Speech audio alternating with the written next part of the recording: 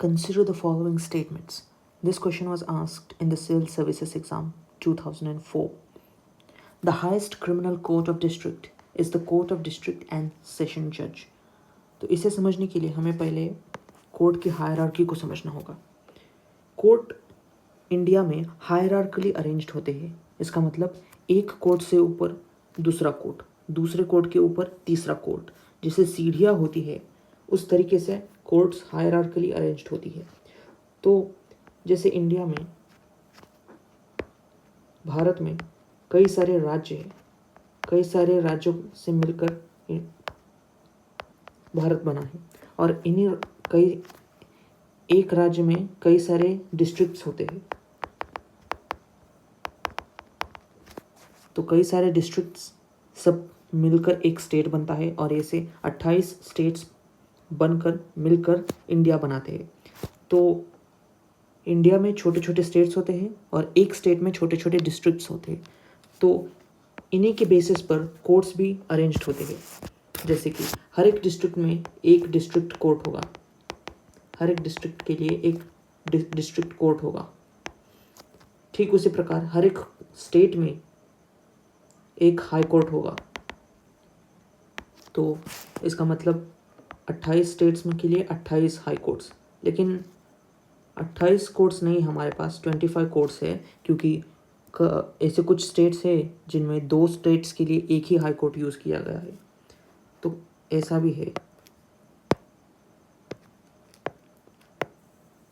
तो स्टेट्स में high courts होते हैं, डिस्ट्रिक्ट में डिस्ट्रिक्ट कोर्ट्स होते हैं और इनकी जो ज्यूरिस्डिक्शन होती है, मतलब काम करने का जो दायरा होता है, वो हाई कोर्ट्स का स्टेट्स तक ही लिमिटेड होता है. जिस स्टेट में वो हाई कोर्ट है उसी स्टेट में ही वो ऑपरेट कर सकती है.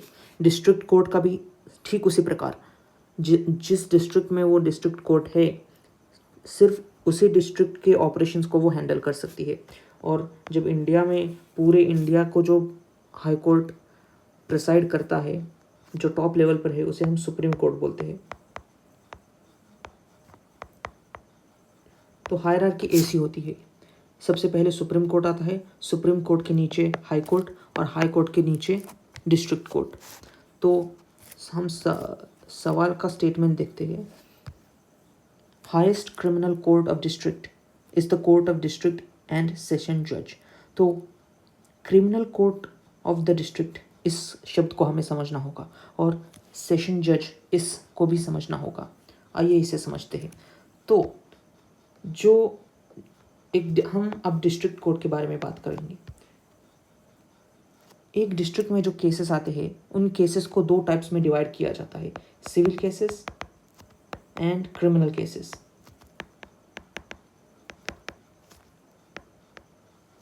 तो सिविल केसेस में वो केसेस आएंगे जो आम नागरिकों से संबंधित जो केसेस होते हैं उन्हें हम सिविल केसेस कहेंगे. मतलब जैसे कि किसी लैंड को लेकर डिस्प्यूट हो गया, ज़मीन को लेकर अगर झगड़ा हो गया, या फिर किसी के पैसे अगर किसी ने उधार दिए हैं और वो वापस नहीं दे रहा, तो ऐसे मनी के मामले में जो डिस्प्यूट्स आते हैं, लैंड के मामले में जो डिस्प्यूट्स आते हैं, उस तरीके का डिस्प्यूट, या फिर किसी फैमिली में अगर कोई डिस्प्यूट हो रहा है, तो उन टाइप्स के केसेस को हम सिविल केसेस बोलेंगे. और जो क्रिमिनल केसेस होते हैं, अगर किसी की हत्या हो गई, मर्डर हो गया, रेप हो गया, या फिर किसी हीनियस क्राइम, मतलब अभिन्न अपराध, घोर अपराध जो करते हैं, तो जो इन केसेस को हैंडल करते हैं उसे क्रिमिनल केसेस, वो क्रिमिनल केसेस में आते हैं ऐसे केसेस. और जो फैमिली मैटर्स या फिर लैंड डिस्प्यूट्स, ऐसे केसेस को हम सिविल केसेस बोलते हैं. तो जो डिस्ट्रिक्ट में जो डिपार्टमेंट सिविल केसेस को हैंडल करता है और जो डिपार्टमेंट क्रिमिनल केसेस को हैंडल करता है, उन दोनों डिपार्टमेंट के नाम और ऑपरेटिंग्स अलग अलग होती है. तो यहाँ पर देखो, criminal court of district and district जज एंड सेशन जज, इन दोनों वर्ड्स का जिक्र किया है यहाँ पर. तो डिस्ट्रिक्ट जज मतलब जो क्रिमिनल केसेस जो देखता है उसे हम डिस्ट्रिक्ट जज बोल।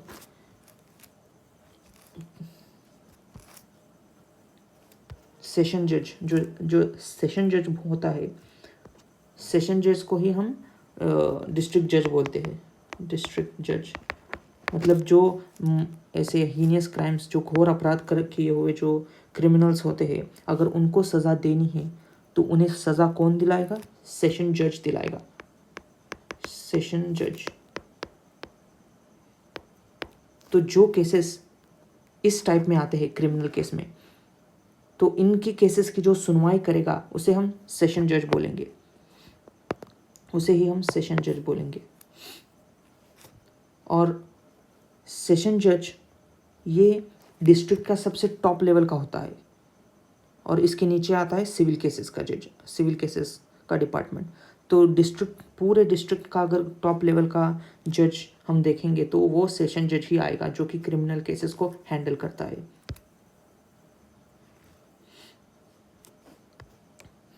तो highest criminal court of district is the court of district and session जज। तो ये स्टेटमेंट सही हो जाता है यहाँ, क्योंकि डिस्ट्रिक्ट का हाईएस्ट कोर्ट क्रिमिनल कोर्ट ही होता है, जिसे सेशन जज कहा जाता है। Now will take look at the second statement. The district जज are appointed by the governor in consultation with the high courts. तो यहाँ पर डिस्ट्रिक्ट के जज के अपॉइंटमेंट की बात की जा रही है, नियुक्ति की बात की जा रही है। जो डिस्ट्रिक्ट का जो कोर्ट होता है, जिले का जो न्यायालय होता है, उसका जो जज होता है उसको नियुक्त कैसे करते हैं, ये इस स्टेटमेंट में दिया गया है। यहाँ कहा गया है कि गवर्नर के द्वारा उसे अपॉइंट किया जाता है हाई कोर्ट्स के कंसल्टेशन के साथ। मतलब हाई कोर्ट से उच्च न्यायालय से बातें करने के बाद, समझौता करने के बाद, कंसल्ट करने के बाद उसे गवर्नर के द्वारा अपॉइंट किया जाता है। तो ये बात सही है या गलत, इसे समझने के लिए हमें पहले पूरे अपॉइंटमेंट प्रोसेस को समझना होगा। तो आइए हम डिस्ट्रिक्ट जज के अपॉइंटमेंट के प्रोसेस को समझते हैं। तो जब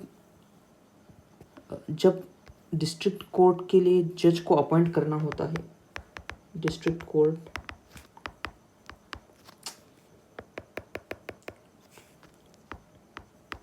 डिस्ट्रिक्ट जज, इसको अगर अपॉइंट करना होता है तो इसका पूरा का पूरा प्रोसेस होता है। उसी प्रोसेस को फॉलो करते हुए इनका अपॉइंटमेंट होता है। तो सबसे पहले क्या होता है, हाई कोर्ट जो कि स्टेट के जुरिस्डिक्शन में आते हैं। तो यहाँ पर हमने इन पूरे इंडिया में सुप्रीम कोर्ट देखता है, स्टेट्स में हाई कोर्ट्स होते हैं। तो हाई कोर्ट के रिकमेंडेशन पर, हाई कोर्ट में जो सीनियर मोस्ट जज होते हैं, जिसे हम chief justice of high court भी बोलते हैं, chief justice of high court. तो ये हाई कोर्ट के चीफ जस्टिस एक कैंडिडेट का नाम रिकमेंड करेंगे। ये एक कैंडिडेट को नाम, मतलब इस कैंडिडेट को, इस आदमी को, इस व्यक्ति को हम डिस्ट्रिक्ट जज के नाम पर नियुक्त करेंगे, ऐसा एक नाम लेते हैं, मतलब रिकमेंड करते हैं। और ये रिकमेंडेशन जाता है किसके पास? गवर्नर के पास। गवर्नर कौन होता है? गवर्नर ठीक उसी तरह होता है जैसे इंडिया का हेड कौन होता है, एकदम टॉप लेवल का पर्सनालिटी, प्रेसिडेंट होता है। तो जिस तरह पूरे इंडिया का हेड होता है प्रेसिडेंट, ठीक उसी प्रकार स्टेट का हेड होता है governor. So governor is the head of the state. Governor is head of the state. जो स्टेट के जो तीन फंक्शंस होते हैं, लेजिस्लेटिव, जुडिशियरी एंड एडमिनिस्ट्रेटिव, ये तीन ही फंक्शंस, तीन ही डिपार्टमेंट्स अलग अलग होते हैं, लेकिन गवर्नर इन तीन ही डिपार्टमेंट्स में लेजिस्लेटिव का भी काम करता है, थोड़ा जुडिशियरी में भी अपना काम करता है जो गवर्नर, और कुछ काम लेजिस्लेटिव में भी करता है गवर्नर। तो गवर्नमेंट डिपार्टमेंट में थोड़ा थोड़ा काम करता है और governor head of the state होता है। तो हाई कोर्ट का जो चीफ जस्टिस होता है, हाई कोर्ट के चीफ जस्टिस, ये एक नाम रेकमेंड करेंगे और वो गवर्नर को देंगे और गवर्नर उस रिकमेंडेशन को पास करेंगे सेंट्रल गवर्नमेंट के पास। सेंट्रल गवर्नर उसी रिकमेंडेशन को सेंट्रल गवर्नमेंट के पास रिकमेंड करेंगे। फिर सेंट्रल गवर्नमेंट उसे सुप्रीम कोर्ट, सेंट्रल गवर्नमेंट में जो मिनिस्ट्री ऑफ लॉ होता है वह डिपार्टमेंट, मिनिस्ट्री ऑफ लॉ का जो डिपार्टमेंट होता है, लॉ एंड जस्टिस, ये डिपार्टमेंट उस रिकमेंडेशन को देखेगा और उससे फॉरवर्ड करेगा सुप्रीम कोर्ट के पास। सुप्रीम कोर्ट के पास उसे फॉरवर्ड करेगा। फिर सुप्रीम कोर्ट में जो एक ग्रुप ऑफ जजेस होते हैं, मतलब 3-4 सीनियर मोस्ट जज, इनका ग्रुप, उसे हम कोलिजियम बोलेंगे। कोलिजियम, तो 3-4 जो सीनियर मोस्ट जजेस होते हैं, इन लोगों का ग्रुप, और उसमें एक चीफ जस्टिस ऑफ इंडिया, मतलब सुप्रीम कोर्ट का टॉप लेवल का जज, उसे हम चीफ जस्टिस ऑफ इंडिया बोलेंगे, CJI, chief justice of India. तो चीफ जस्टिस ऑफ इंडिया और 4 सीनियर मोस्ट जज, तो इनको मिलाकर एक ग्रुप बनता है, उसे हम कोलिजियम बोलेंगे। तो ये कोलिजियम, ये ग्रुप ऑफ पीपल, ये ग्रुप ऑफ जजेस उस रिकमेंडेशन को देखेगी और उसे अप्रूव करेगी। उस रिकमेंडेशन को अप्रूव करने के बाद वो जाता है प्रेसिडेंट के पास, इंडिया के प्रेसिडेंट। तो अगर प्रेसिडेंट फाइनल अप्रूवल देते हैं तो वो रिकमेंड किया हुआ आदमी, वो रिकमेंडेड पर्सन, वो रिकमेंडेड कैंडिडेट, वो व्यक्ति जज के नाम पर अपॉइंटेड हो जाता है डिस्ट्रिक्ट कोर्ट में। तो ये आप प्रोसेस पूरा समझ लीजिए। सबसे पहले डिस्ट्रिक्ट जज को अपॉइंट करना है। इस प्रोसेस को करने के लिए स्टेट का जो हाई कोर्ट होता है, उसमें chief justice of high court, state का जो चीफ जस्टिस होता है, सीनियर जज होता है, वो एक कैंडिडेट को रिकमेंड करेगा। उस रिकमेंडेशन को गवर्नर के पास जाएगा, वो रिकमेंडेशन भेजेंगे गवर्नर के पास। फिर गवर्नर उसे central government, ministry of law and justice के पास भेजेंगे। फिर वो ministry of law and justice, central government, supreme court के पास जाएंगी, उस रिकमेंडेशन को सुप्रीम कोर्ट के पास भेजेंगे। सुप्रीम कोर्ट में एक ग्रुप होता है जिसे हम कोलिजियम बोलते हैं, और वो 4 सीनियर जजेस और चीफ जस्टिस ऑफ इंडिया के साथ मिलकर बना होता है वो ग्रुप, वो कोलिजियम। वो ग्रुप फाइनल अप्रूव, मतलब उस कैंडिडेट को देखकर, सलाह मशवरा कर उसे प्रेसिडेंट के पास भेजेगा और प्रेसिडेंट फाइनली अप्रूव कर देते हैं इसे। लेकिन कई बार ऐसा भी हुआ है कि सेंट्रल गवर्नमेंट, मतलब जब सुप्रीम कोर्ट ने सेंट्रल गवर्नमेंट को ऐसा कहा है कि जो कैंडिडेट आपने रेकमेंड किया है वो हमारे हिसाब से सही नहीं लग रहा, आप, मतलब अगर सुप्रीम कोर्ट ये कहता है कि कैंडिडेट सही नहीं, recommended candidate is not good for the position of the जज, देन सेंट्रल गवर्नमेंट वापस से उसे मतलब सेंट्रल गवर्नमेंट बोलेगी कि आप शायद अपना डिसीजन रिकंसिडर करिए कहकर। अगर सुप्रीम कोर्ट का मत, सुप्रीम कोर्ट की राय अलग है और सेंट्रल गवर्नमेंट की राय अलग है, अगर वो दोनों एक ही कैंडिडेट पर अपनी राय एक नहीं कर पा रहे हैं, अगर दोनों के बीच में क्लैश हो रहा है, तब सुप्रीम कोर्ट का जो डिसीजन होगा वही फाइनल लिया जाएगा। एक बार गवर्नमेंट कह सकती है कि आप रिकंसिडर कीजिए, अगर सुप्रीम कोर्ट ने कहा कि ये कैंडिडेट नहीं हो सकता, आप इसे बदल कर देखिए, तो वो रिकमेंडेशन वापस सेंट्रल गवर्नमेंट के पास जाएगा।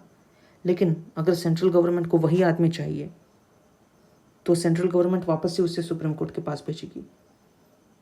लेकिन सुप्रीम कोर्ट अगर अपने निर्णय से सुप्रीम कोर्ट अगर वही अपना डिसीजन री-इंसिस्ट करती है, वापस से भेजती है गवर्नमेंट, तो सेंट्रल गवर्नमेंट को उसे एक्सेप्ट करना ही होगा। ऐसा होता है। फिर वो बाद में प्रेसिडेंट के पास जाएगा और वो अप्रूव हो जाएगा। तो अगर सेंट्रल गवर्नमेंट और सुप्रीम कोर्ट के बीच में अगर डिसएग्रीमेंट होता है तो सिर्फ गवर्नमेंट एक बार ही सुप्रीम कोर्ट को ऐसा बोल सकती है कि आप रिकन्सिडर कीजिए, लेकिन अगर सुप्रीम कोर्ट इंसिस्ट करेगी, सुप्रीम कोर्ट बोलेगी कि नहीं इसी आदमी को आपको सिलेक्ट करना है, तो सुप्रीम कोर्ट की बात को ही माना जाएगा। सेंट्रल गवर्नमेंट को मानना पड़ेगा कोलिजियम की बात, सुप्रीम कोर्ट के जजेस की बात माननी पड़ेगी सेंट्रल गवर्नमेंट को। लेकिन कई बार ऐसा हुआ कि सेंट्रल गवर्नमेंट ने अपॉइंट ही नहीं किया, एक साल तक, दो साल तक अपॉइंट ही नहीं किया उस कैंडिडेट को, क्योंकि कुछ पॉलिटिकल इश्यूज़ था, सेंट्रल गवर्नमेंट को वो जज पसंद नहीं था या फिर ऐसा कोई इश्यू था, तो सेंट्रल गवर्नमेंट ऐसा करती है अनऑफिशियली तरीके से। ये बात हमें समझना है। तो पूरा अब प्रोसेस समझ गए शायद, हाई कोर्ट से लेकर, गवर्नर से लेकर, सेंट्रल गवर्नमेंट से लेकर, ministry of law and justice से लेकर, सुप्रीम कोर्ट से लेकर फिर प्रेसिडेंट तक, ये सारा पूरा प्रोसेस होता है डिस्ट्रिक्ट के जज को अपॉइंट करने के लिए। तो सेंटेंस में पूछा गया था कि डिस्ट्रिक्ट जज are appointed by the governor in consultation with the high court. तो गवर्नर के द्वारा, मतलब गवर्नर का रोल होता है इसमें भी। यहाँ हमने देखा कि ये देखो गवर्नर के पास से जाता है, तो ये गवर्नमेंट हाई कोर्ट के साथ कंसल्ट भी करती है इस समय, फिर उस गवर्नर के बाद में वो सेंट्रल गवर्नमेंट के पास जाता है। तो ये सेकंड वाला स्टेटमेंट सही है, क्योंकि गवर्नमेंट का भी उसमें रोल होता है।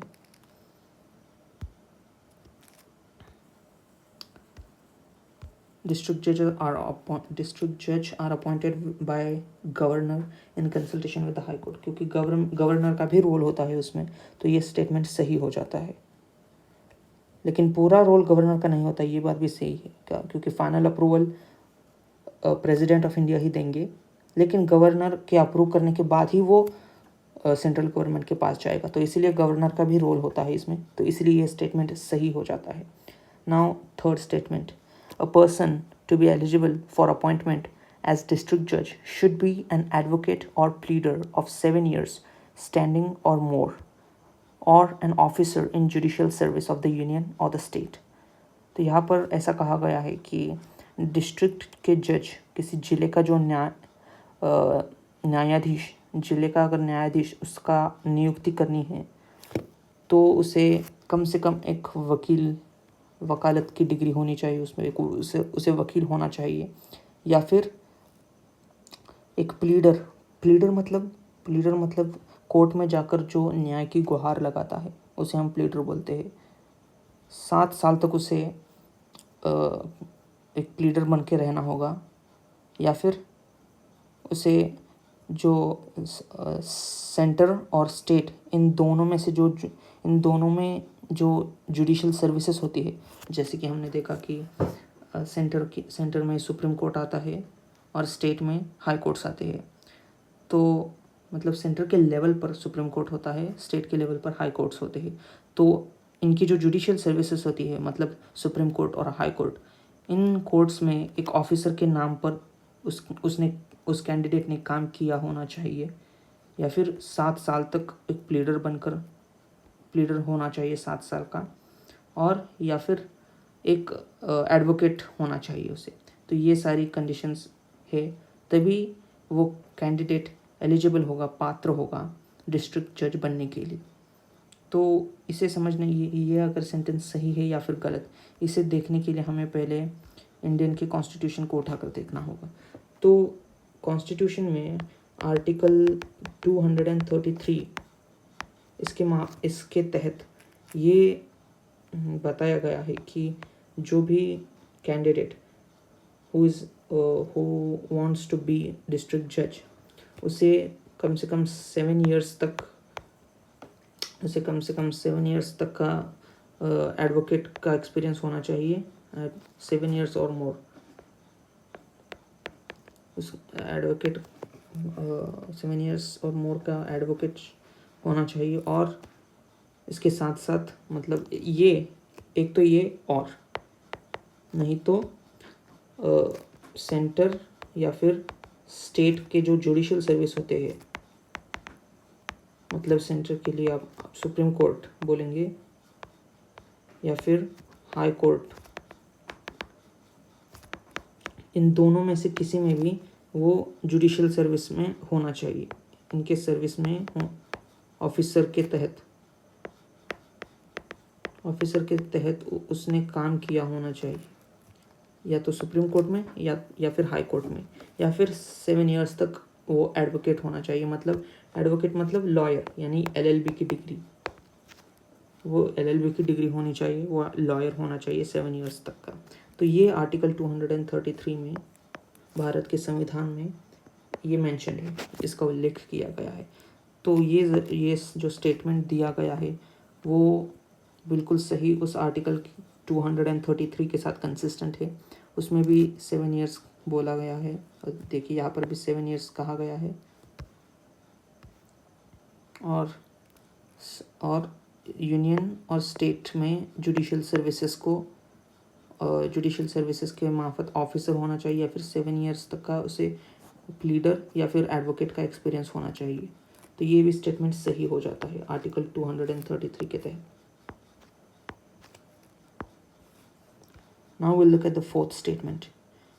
When the session judge awards a death sentence, it must be confirmed by the High Court before it is carried out. यदि सेशन जज का मतलब हमने अभी देखा, सेशन जज मतलब डिस्ट्रिक्ट के जो जज होते हैं, उस डिस्ट्रिक्ट के जज में जो क्रिमिनल केसेस देखते हैं उसे हम सेशन जज बोलेंगे। तो अगर किसी सेशन जज ने डेथ पेनल्टी दी है, किसी को मृत्यु का दंड दिया है, तो वो जो डेथ पेनल्टी है, जो डेथ सेंटेंस है, वो डायरेक्टली अप्लाई नहीं होता। इस डेथ सेंटेंस को एग्जीक्यूट करने के लिए, डेथ सेंटेंस को मटेरियलाइज करने के लिए, सही में देने के लिए, उससे पहले हाई कोर्ट में जाकर उस डेथ सेंटेंस को, उस रिपोर्ट को, उस ऑर्डर को हाई कोर्ट में एक बार फिर से देखा जाता है, ताकि कोई इनोसेंट पर्सन एग्जीक्यूट ना हो। मतलब कोई एरर है, अगर कोई डिसीजन मेकिंग में या फिर सुनवाई में अगर कोई गलती की गई है, तो उसे वापस से रीचेक किया जाता है, वापस से देखा जाता है हाई कोर्ट के द्वारा। अगर कोई हीनियस क्राइम, मर्डर वगैरह ऐसा कर किसी ने क्राइम्स किए हैं और उसे डेथ पेनल्टी मिल गई है, तो उस डेथ पेनल्टी को एग्जीक्यूट करने से पहले उसे एक बार हाई कोर्ट के द्वारा फिर से वापस से देखा जाता है, रीचेक किया जाता है, रिकंसिडर किया जाता है। अगर किसी जज ने एरर किया हो या फिर त्रुटि निर्माण हो गई हो, तो वो डेथ सेंटेंस को कम करते हैं या फिर कैंसिल करते हैं। लेकिन कोई एरर नहीं है, बिल्कुल सब कुछ सही है, तो डेथ सेंटेंस अप्लाई किया जाता है, एग्जीक्यूट किया जाता है, उस क्रिमिनल को डेथ सेंटेंस एग्जीक्यूट कर दिया जाता है। तो ये यहाँ पर कहा गया, यही इस सेंटेंस में कहा गया है कि अगर सेशन जज यानी डिस्ट्रिक्ट के जो क्रिमिनल डिपार्टमेंट जो देखता है, उसे हम सेशन जज बोलेंगे। अगर सेशन जज ने किसी को डेथ सेंटेंस, डेथ पेनल्टी, मृत्युदंड का सज़ा सुनाया गया है, तो उसे एक बार फिर से हाई कोर्ट में जाकर वापस से हाई कोर्ट देखेगी उस सेंटेंस को, उस रिपोर्ट को, और फिर अगर वो सब कुछ सही है तभी वो आगे जाकर फॉरवर्ड होगी। तो ये भी सेंटेंस बिल्कुल सही है। तो यहाँ पर चारों के चारों स्टेटमेंट्स सही है, इसीलिए और हमें पूछा भी यही गया है कि विच आर करेक्ट। यहाँ पर डी ऑप्शन 1, 2, 3 and 4 ये सही हो जाता है। So option D is correct answer to this question. So this question was asked in the UPSC Civil Services exam in 2004. I hope you understood the explanation given by me. Thank you.